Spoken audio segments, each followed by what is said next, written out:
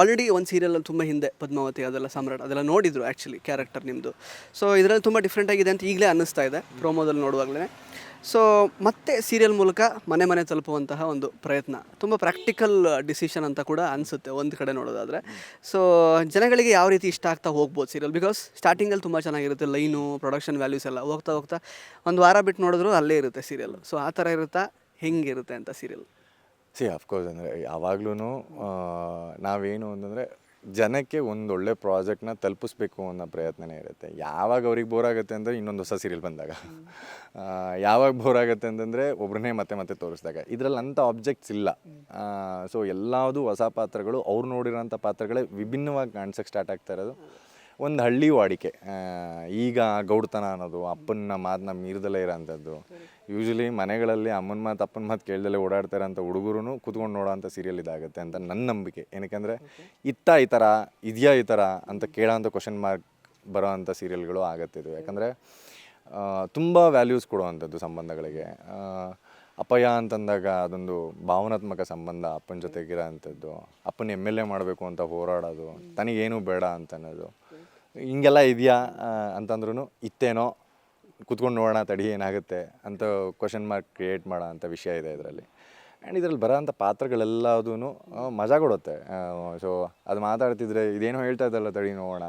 So ಒಂದು ಅಜ್ಜಿ ಪಾತ್ರ ಈ ಥರ ಇರುತ್ತಾ ಒಂದು ಗೌಡನ ಮನೆಯಲ್ಲಿ, ಸೊ ಒಂದು ಅತ್ತೆ ಪಾತ್ರ ಈ ಥರ ಇರುತ್ತಾ, ಸೊ ಈ ಥರ ಹುಡುಗಿ ಈ ಥರ ಪಾತ್ರ ಮಾಡುತ್ತಾ. ಸೊ ಇಷ್ಟು ಕ್ವಶನ್ಸ್ಗಳು ಕಾಡುತ್ತೆ ಎಲ್ಲರಿಗೂ. ಆ್ಯಂಡ್ ಎಲ್ಲ ಏಜ್ ಬ್ಯಾರಿಯರು ಇಲ್ದಂಗೆ ಕೂತ್ಕೊಂಡು ನೋಡೋ ಅಂಥದ್ದು. ಆ್ಯಂಡ್ ಯಾವುದೇ ರೀತಿ ಯಾವುದೇ ಬೇರೆ ವಿಷಯಗಳು ಇಲ್ಲಿ ಅಡೆತಡೆಗಳು ಬರಲ್ಲ, 7:15 ಬರ್ತಾ ಇರೋದ್ರಿಂದ. ಸೊ ಯೂಶ್ವಲಿ ಬೇರೆ ಟೈಮಿಂಗ್ಸ್ಗೆ ಏನಾದ್ರು ಬಂದಿದ್ದರೆ ಒಂದು ಸ್ವಲ್ಪ ಟೆನ್ಷನ್ ಆಗಿರೋದು, ಅಂದರೆ IPL ಅದೋ ಇದೋ ಟೆನ್ಷನ್ ಕೊಡುತ್ತೆ ಅಂತ. ಆರಾಮಾಗಿ ಕೂತ್ಕೊಂಡು ಆಫೀಸಿಂದನೋ ಇಲ್ಲ ಮನೆಯಿಂದನೋ ಎಲ್ಲ ರಿಲ್ಯಾಕ್ಸಾಗಿ ಕೂತ್ಕೊಂಡು ಕಾಫಿ ಟೀ ಕುಡಿಬೇಕಾದ್ರೆ ಒಂದು ಸ್ನ್ಯಾಕ್ಸ್ ಇಟ್ಕೊಂಡು ಕೂತ್ಕೊಂಡ್ರೆ ಆರಾಮಾಗಿ ಚಿಲ್ಲಾಗಿ ಹೋಗುವಂಥ ಒಂದು ಸೀರಿಯಲ್ ಇದು. ಸೊ ತುಂಬ ಚೆನ್ನಾಗಿದೆ.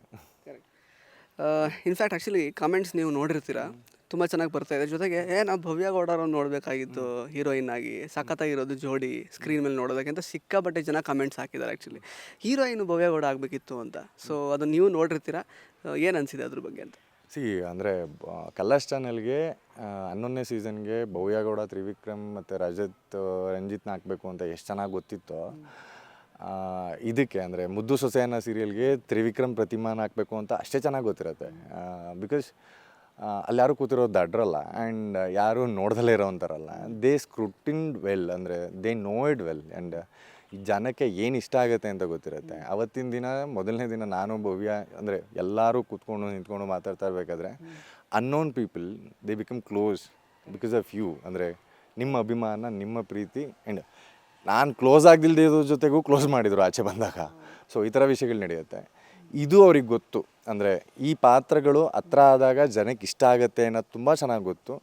ಆ್ಯಂಡ್ ಅಲ್ಲಿ ಇದು ಆಲ್ಮೋಸ್ಟ್ ರೀಮೇಕ್ ಸೀರಿಯಲ್ ಆಗಿರೋದ್ರಿಂದ ಯಾವ ಥರ ಪಾತ್ರ ಯಾರಿಗೆ ಸೂಟ್ ಆಗುತ್ತೆ ಅಂತ ಗೊತ್ತು, ಯೂನಿಫಾರ್ಮ್ ಹಾಕಿದಾಗ ಯಾರು ಚೆನ್ನಾಗಿ ಕಾಣಿಸ್ತಾರೆ ಅಂತ ಗೊತ್ತು.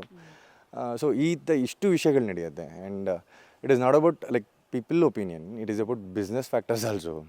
ಸೊ ಈಗ ಕೆಲವು ಸತಿ ನಾನು ಇಷ್ಟಪಟ್ಟೆ ಅಂತ ಅಂದ್ಬಿಟ್ಟು ನಮ್ಮಪ್ಪ ಫಾರ್ಚುನರ್ ತೊಗೊಂಬಿಟ್ರೆ, ಸೊ ತಿಂಗ್ಳಿಗೆ ನಮ್ಮಪ್ಪ ನನಗೆ ಮುದ್ದೆ ಊಟ ಹಾಕಲ್ಲ, ಖಾಲಿ ತಟ್ಟೆ ಇಡ್ತಾರೆ. ಸೊ ಈ ಥರದ್ದು ಒಂದಷ್ಟು ವಿಷಯಗಳು ನಡೆಯುತ್ತೆ. ಸೊ ಚಾನಲ್ ಅವ್ರಿಗೆ ತುಂಬ ಚೆನ್ನಾಗಿ ಗೊತ್ತಿದೆ ಯಾರನ್ನ ಹಾಕಬೇಕು ಆ್ಯಂಡ್ ಯಾಕೆ ಹಾಕಬೇಕು ಅಂತ.